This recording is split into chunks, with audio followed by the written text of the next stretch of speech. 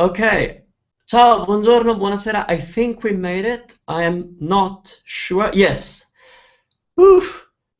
What a morning. So, buongiorno a tutti, and really sorry for the delay. I know it's only 6 minutes, but I've had to email you back and forth. I think the problem has been fixed. So what I will kindly ask you to do is oops, swapped. Is let me know that you can indeed see me and hear me. I have, because of the technical issues I've had, I'm not going to be able to write on the screen as I usually do, so apologies for that. But other than that, I think we are good to go, which is great. So a little update. So this week we are going to focus on safety and direction. So we started with directions, and tomorrow we'll do some practice, some live practice, but also what we will do coming up on Friday and Saturday, we'll talk about safety, and I'll help you understand what's dodgy in Italy and what is actually totally normal, because coming from a different culture, you may not understand when something is dodgy or not. I mean, because some things, they look dodgy, but they're totally normal in Italy. So look out for those videos on Friday and Saturday. I think they're really interesting, and they do make a difference. Okay, so Laurie confirmed that you can hear me. That's great. Buonasera, Laurie. Buonasera. Let me see who's on the line. I do have a few questions, less than usual, so it might be a short webinar unless you come up with more questions. Let me see who's on the line.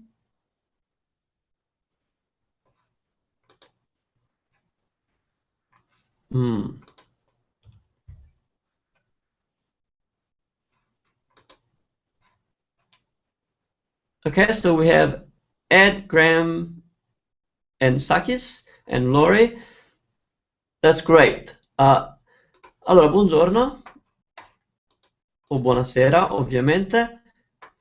And all right, just checking a few final things, and then I'm ready to start. Perfetto. Okay, so I'll start by answering Laurie's questions. I think they're really good questions, and even though you asked me to only answer one, I think I'm going to address all three because they're all good. So the first one is, Laurie is talking about the etto, E-T-T-O. Sorry, I can't write today.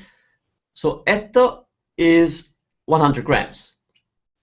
So 100 grams is what Italians use to buy for, grocery items mostly.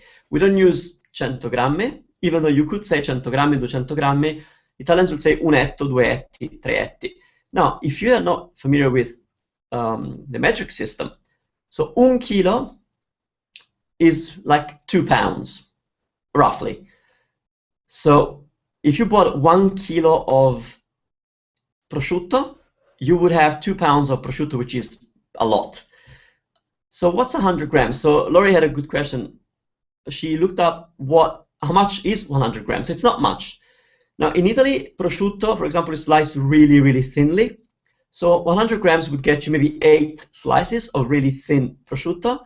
It would get you maybe 3 slices of prosciutto cotto, which is the cooked ham, which is sliced thicker.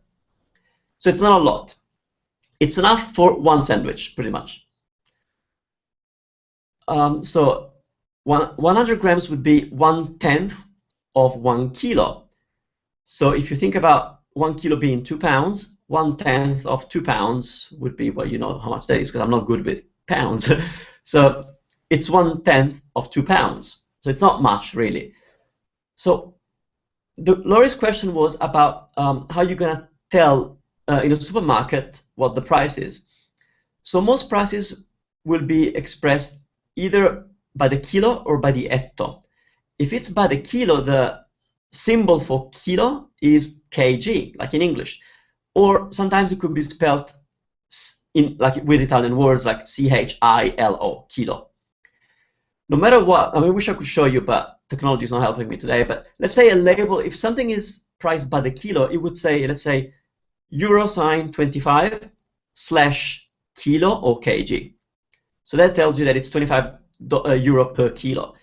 If it's etto, now the symbol for etto is H, which is weird. I haven't really seen a lot of supermarkets use H though. They will spell etto, so that answers your question. If a price is specified in etto or per 100 grams, it will say, let's say, euro sign 3 slash etto. So that tells you it's 3 euro per 100 grams.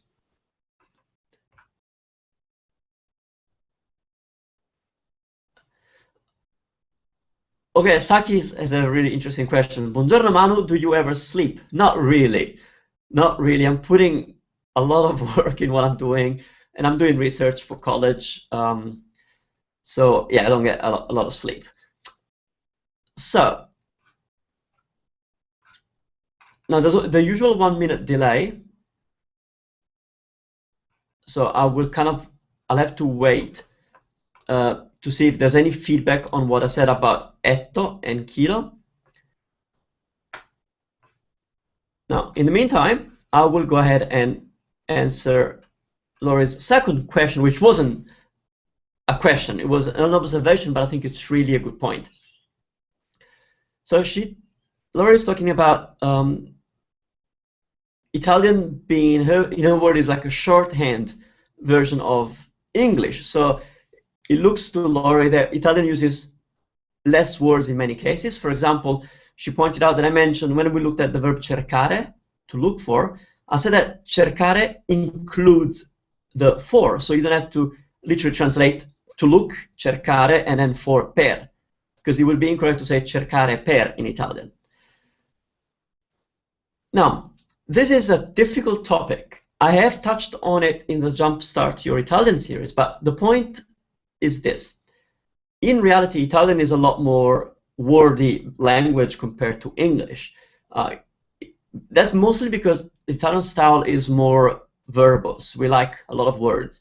So Italians will often use two adjectives meaning the same thing to describe something instead of just one. And the two adjectives mean the same thing. So it's like saying large, like a big, large house. Like we'll describe things with two adjectives meaning the same thing. The other thing that Italian does is our paragraphs are endless. You could have a paragraph, like 6 lines, that is just one sentence. So Italians kind of like to digress, like I do when I speak. So Italian is more wordy than English. But what you're observing, Laurie, is a phenomenon that has to do with individual verbs. So I'll give you a few examples, and this might help you understand what's going on. So in English, we have two types of verbs that use a preposition, one of those grammar bits, like I call them. So, but they're different types. So let's have a look at what the possibilities are, and then understand how you can make it work in Italian. There are verbs in English that require a preposition afterwards. That's the only way you can use them. For example, to listen. Unless I'm telling you listen, but anytime I'm using the verb to listen, it has to be followed by to. You will never say I listen music or I listen my husband. You can't do that. You must have the to. Otherwise, listen is wrong. Another one is wait. You can't say I wait you. It's I wait for you. So wait comes with for, otherwise it's wrong. Depend. Depend on. You can't say depend without on. Rely, right? It's rely on. I can't say I rely you. So when you have these verbs that have a compulsory preposition, this group of verbs also exist in Italian. It doesn't mean they are the same verbs though. Okay, for example, to listen in Italian is ascoltare, and it doesn't have a preposition. So ascoltare equates the English to listen to, just because English must have a preposition, otherwise it's wrong.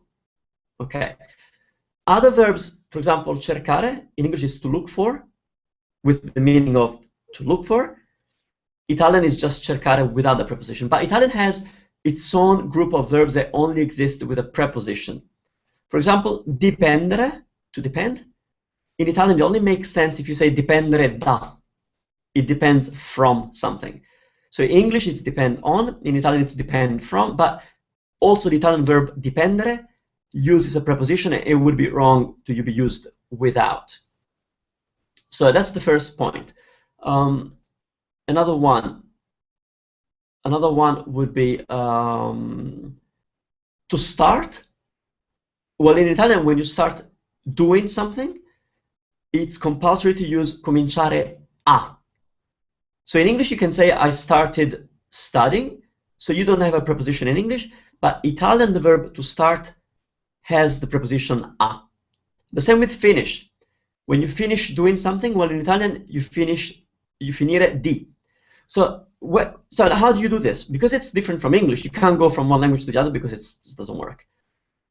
For these verbs that demand a preposition in Italian, you must know them, or if you look them up in a dictionary from English, you will have to pay attention to what the dictionary is telling you and what examples the dictionary is giving you for that particular verb. So if you looked up, let's say, to wait, and then you would come to the Italian version, it says aspettare, but then as you read the examples, you read all examples have no preposition. So aspettare Maria, aspetto il treno, aspetto la cena. So you will realize that every time you aspetti in Italian, you don't use a preposition. That tells you that even though in English you say to wait for, you don't need to use it in Italian. Let's say now you're looking, you want to say to start. You get to the dictionary and it tells you to start is cominciare or iniziare, stu. But then you read the examples and you realize that every time you start to do something, so there's another verb afterwards, you realize that Italian uses iniziare a across the board. So that's how you learn that iniziare uses a in Italian. So it is a tricky thing, but it really has to do with the nature of the verb. Some verb in Italian must use a preposition just like in English. So for example, when I learned English, these verbs were easy to pick up, and that's my point to you. It was easy to, not easy, but it was easy to pick up the idea that to listen must use to listen to. I slowly picked up that to wait uses for. You're going to do the same for Italian because verbs that demand a preposition are easy. Because once you learn that it demands that preposition, it's done. That preposition completes the verb, it doesn't change the meaning of the verb. So that's the second group of verbs in English. It's what we call phrasal verbs. So phrasal verbs are verbs in English that, depending on which preposition you combine them with, give you a different meaning. For example, to give. Well, you have to give up, you have to give in, you have to, well, you can have give with any preposition, you know, give out. Another example, like to do, even just, because to do is like such a big verb, it means so many things. Like you can do up when you retouch something. You can do in. You can. There's so many prepositions that you can associate with to do. That's where English is different from Italian. In English, you have a million phrasal verbs, but they don't exist in Italian. And the advice I am giving you, and I gave in the Jumpstart series, is because they don't exist in Italian, try and replace them in your head as you're processing your Italian, whether it's at a very basic level or it's advanced. Because they don't exist in Italian, you want to not use them. Because first, if you translate them literally, the meaning is not coming out in Italian. For example, to give is dare. Okay, give up is when you surrender, when you say I'm giving up, like I'm not going to do it anymore. But if you translate dare su, because up is su, dare su means nothing in Italian. If you give in, was when you surrender more literally. When you give in to temptation, well, give in, dare in. So give dare and in is in. Dare in means nothing in Italian. So you will never, ever come to an Italian word that exists using phrasal verbs from English. How do you do that? Well, my advice is find an English word that replaces the phrasal verb. So instead of give up, can you say surrender? That's the one you would look up in a dictionary. You have to look up the one word verb in English that means the same thing that you're using the phrasal verb for. Okay, so pick up. Can you only use pick with up? Not necessarily, because yeah, you can just say I picked the best of the bunch. So because pick doesn't need up, it's a phrasal verb when you say pick up. You're not going to find it easily on a dictionary unless you go through the entire entry and read all the examples and maybe find the one that works. So sorry, I was reading the questions, the messages. I kind of lost my thought. So for give up, was it give up? Oh, pick up. Because pick up is a phrasal verb, you're not going to find it easily. So as you're thinking you're Italian and trying to say it, don't try and say pick up. Try and say collect. Whether you look it up on a dictionary or you're able to make it up because it looks Latin and you can kind of make it up. Here you go, another makeup. Makeup, you'll never find an easy translation for makeup because make means a million things. And now specifically when you say makeup, you're saying invent. Well, you're not going to find makeup, but you're going to find invent. And because invent is Latin, you could invent the verb to invent, which would be inventare. Okay, so that's an exercise that will take time, but that's really, really going to help you processing, come up with the right verb at the right time. All right, so the third observation that Laurie made was very, very useful. I think there is a video on this coming up later in the course, but I'd like to talk about it right now. So Laurie noticed that when you enter Italy, they don't stamp your passport. And she said, I don't understand why they won't do it, because that gives you problems, indeed. Now, be prepared to be surprised, Laurie. This might come as a shock to you and everybody else. I'm being ironic, but Italians are slack in a way. So the only reason they don't do it is that they couldn't be bothered. That's the only reason why your passport doesn't get stamped when you enter Italy, especially if you enter through Roma Fiumicino. It's the slackest airport you will ever land in. I've had problems myself because I travel with an Australian passport because I find it easier to get out in Australia if I do it as an Australian. So I don't have to go through immigration when I come back. So I travel as an Australian, so I actually do need a stamp, and they will not give you a stamp. So traditionally, you would land in Rome and just walk out, and you go through customs, the little box, and there's a cop inside, and they look at you, they couldn't be bothered, you show them your passport, and then, yep. Then you wonder why Italy has problems. But this is really bad for you. It's really bad. This can mean a ton of trouble for you. As a non-European, you're only entitled to be in Europe for 3 months. So if you enter Europe through Italy and they don't stamp you, and this happened to me, when you go to another country, another European country where they're more strict and they apply the rules, or you try to leave Europe from another city other than Rome, they will notice that you don't have a stamp. That means trouble because they cannot determine when you entered Italy or Europe, so they can't tell that you've been there less or more than 3 months. I had problems. Landed in Italy, 1 week later I went to Spain, and I went to leave from Barcelona, and they wouldn't let me leave because they couldn't determine when I entered Europe. And then I told them, this is really, I think it means it's very representative of how Italy works and how you should be prepared for this. I was trying to defend my point that, look, I'm legitimately, I haven't overstayed any visas, but I came through Europe last week through Rome, and this lady at Barcelona airport goes, Rome, all right, go. So it's a known problem. but you don't want to have the problem, and you also don't want to have the problem coming home when they check where you've been and you have no stamps. So what do you do? And I wish I could write down this, but I can't.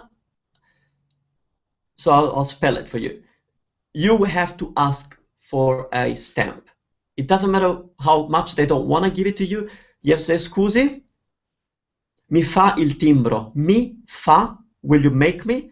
Mi fa, F-A, il, the, timbro. Just like timbre of your voice, timbro, it's a stamp. As in this kind of stamp, not the one you put on an envelope. As in the stamp. So, mi fa il timbro, you gotta ask for a timbro. So otherwise you're in trouble. All right, so I have another question from Ed. I know that we will be saying grazie a million times while we're in Italy. Yes. What else can we use to say the same thing other than grazie a lei and grazie mille? There's not that many ways. You'll be surprised, but there actually is not a lot of ways of saying that without saying that. So of course you can say grazie, you can say grazie mille, you can say molte grazie, many thanks. The only other way that you may not know is la ringrazio. La, L-A, ringrazio, ringrazio, which means I thank you, I give you my thanks. So this is actually a verb. So when I say grazie, you're just saying thanks. It's a noun, it's a word. When you say la ringrazio, you're using a verb to thank or to ingratiate. Okay, so la ringrazio means I thank you. It's literally a phrase. La ringrazio, I thank you, that's the formal version. O ti ringrazio, that's the casual one, I thank you, my friend. La ringrazio, ti ringrazio. This is really the only alternative to grazie. This actually makes me want to bring up another this brings up another aspect. I think it's a difference between English culture and Italian culture. English speakers tend to be more polite than Italian speakers. Now, it's hard to determine because Italian has the formality, so just because you're using the formal, you're being formal, so you don't need to be as polite as English. That's the basic idea. But I've noticed that English speakers tend to be more polite. So we tend to thank more and please, so saying please more than Italians do. And a typical example of where the cultural differences are observable is in restaurants. I find that most English speakers that I've taught tend to say please a lot more than they should. So we're actually talking about please, per favore. And let me give you the example. So the waiter comes and you say, buongiorno, io per primo prendo le lasagne e per secondo una bistecca, per favore. So the first time you make a request, in English you would say please, and in Italian you will say per favore. Now, what happens is later. So if in English I ask you defining questions about what you just ordered, if I said, so the steak, do you want it rare or well done? Well, in English you'll say, well done, please. Whereas in Italian, we'll say, ben cotta, grazie. So after the first request, stop saying please. It sounds weird to an Italian and sometimes even annoying to hear every time you specify something with a per favore. So don't say per favore after the first time you've made a request. It's going to have to be grazie from that point on. And I think that's a really big difference. And I think it's going to make you feel more Italian if you do that. So, you know, let's say you ask for a cappuccino, and then you say per favore. Anything that you add to your order, it's going to have to be grazie or nothing. So either you don't say anything or you say grazie. But don't keep saying per favore, per favore, per favore. Now, of course, if the waiter goes and then you have to ask for a bottle of water, then it's fine. You should say per favore. So if the waiter's gone and you say, scusi, una bottiglia d'acqua per favore, because per favore implies a request. So if you're initiating a request, go with per favore, but anytime you give extra details about your initial request, it's either nothing or grazie. Okay, so let me see if I have more questions.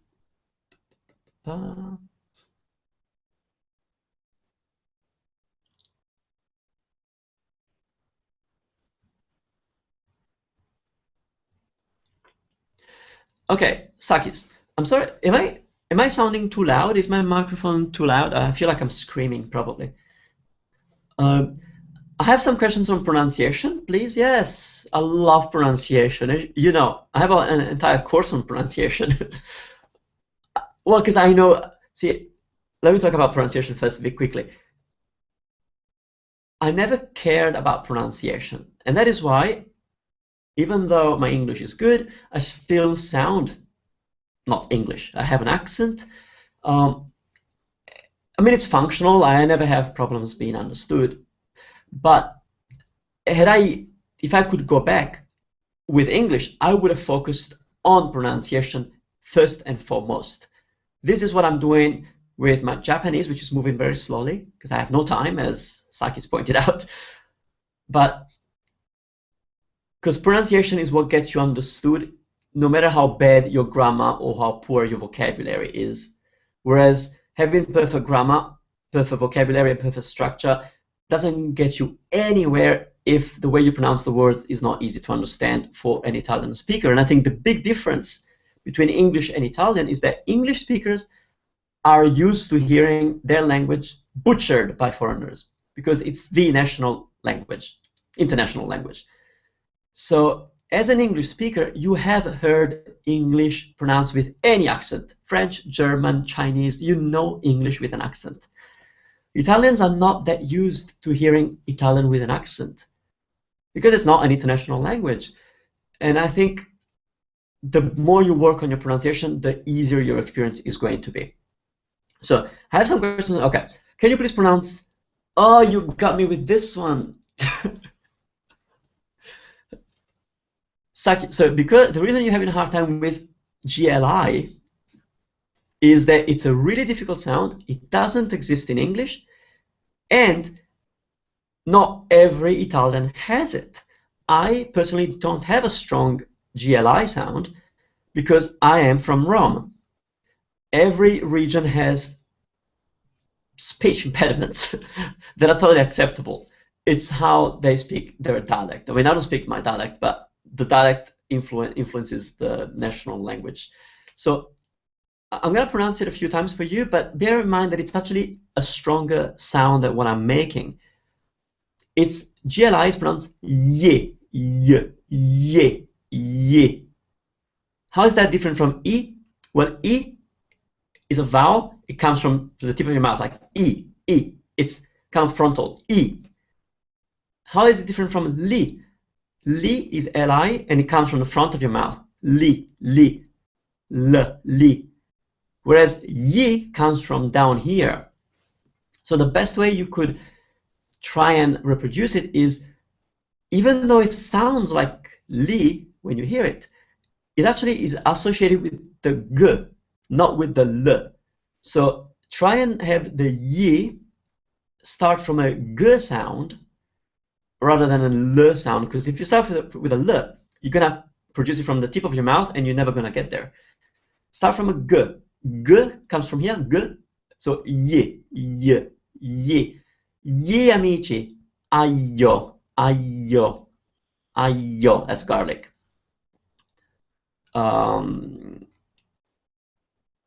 else is there? I can't think of a word with ye right now. Maglia, maglia. Maglia is a top, a shirt. Maglia, it's a y. Okay, so that's the best I can do with the y, because I don't have a strong one. I forgot, you got a few words. Naviglio, naviglio. If I pronounce it without making such a strong effort, which I am making right now, I would say naviglio, which sounds closer to I-O. And that's how Romans and a lot of people in Italy will pronounce the GLI. So, but it's a deeper sound. It comes from here. So navillo, bottiglia, ye.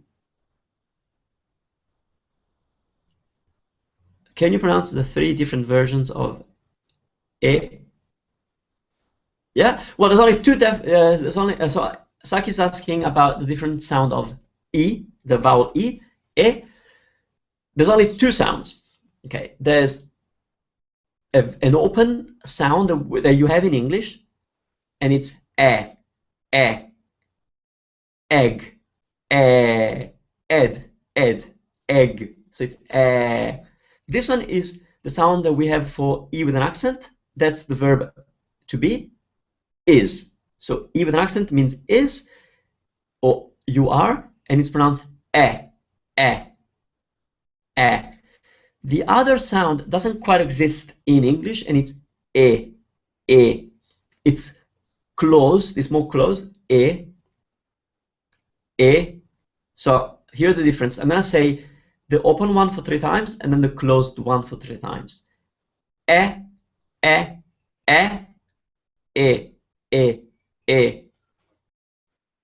Did you hear a difference?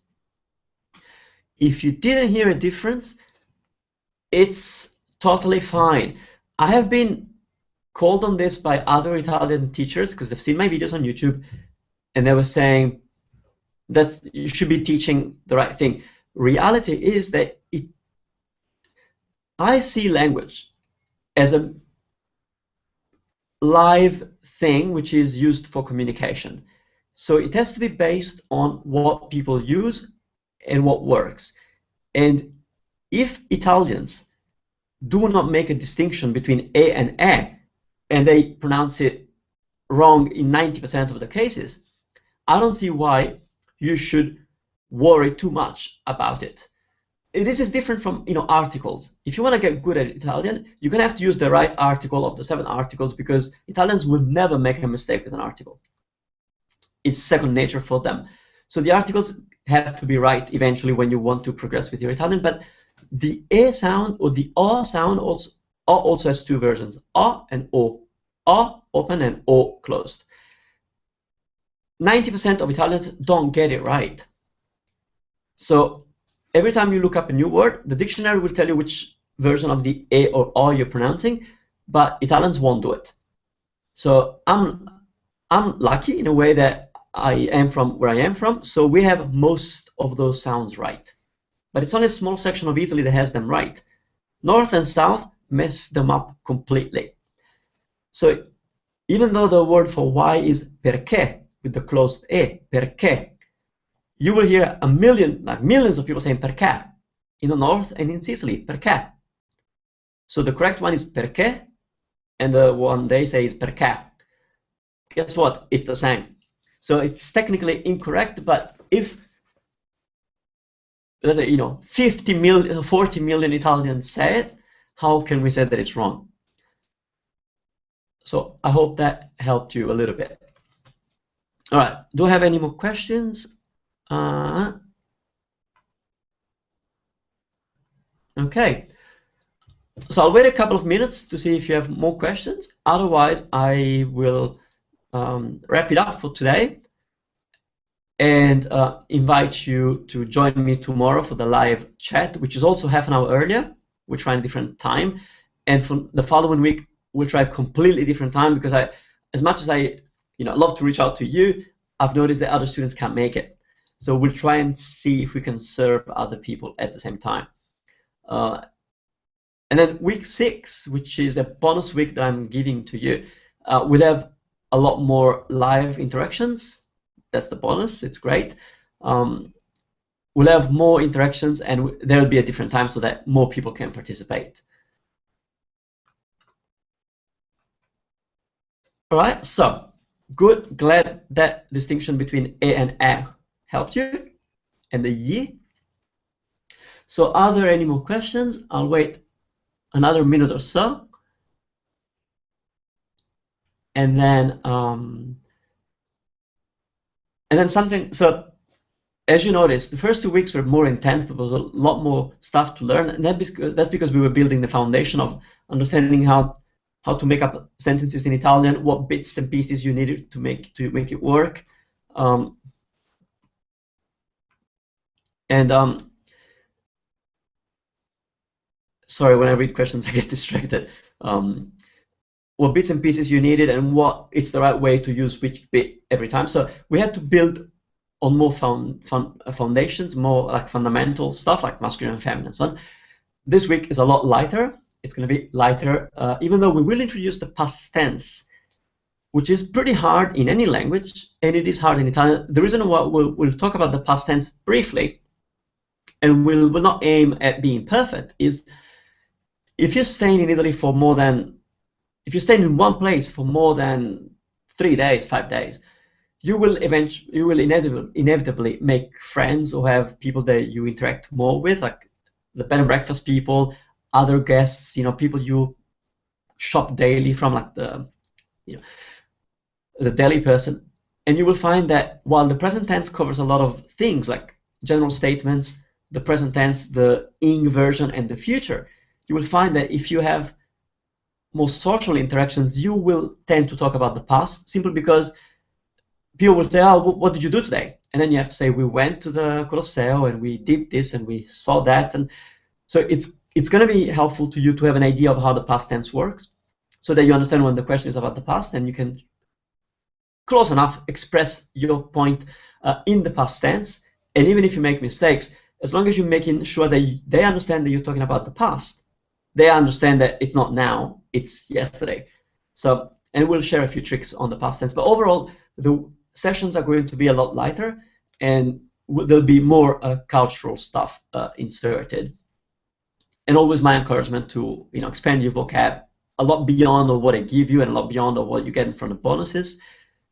The more vocab you have, the better off you are, especially now that you understand how the language is structured. For example, something that Laurie mentioned to me, and I don't know why I didn't bring it up, but I think that was a really good point. So if you have another 5 minutes, I'd like to talk about this. Okay.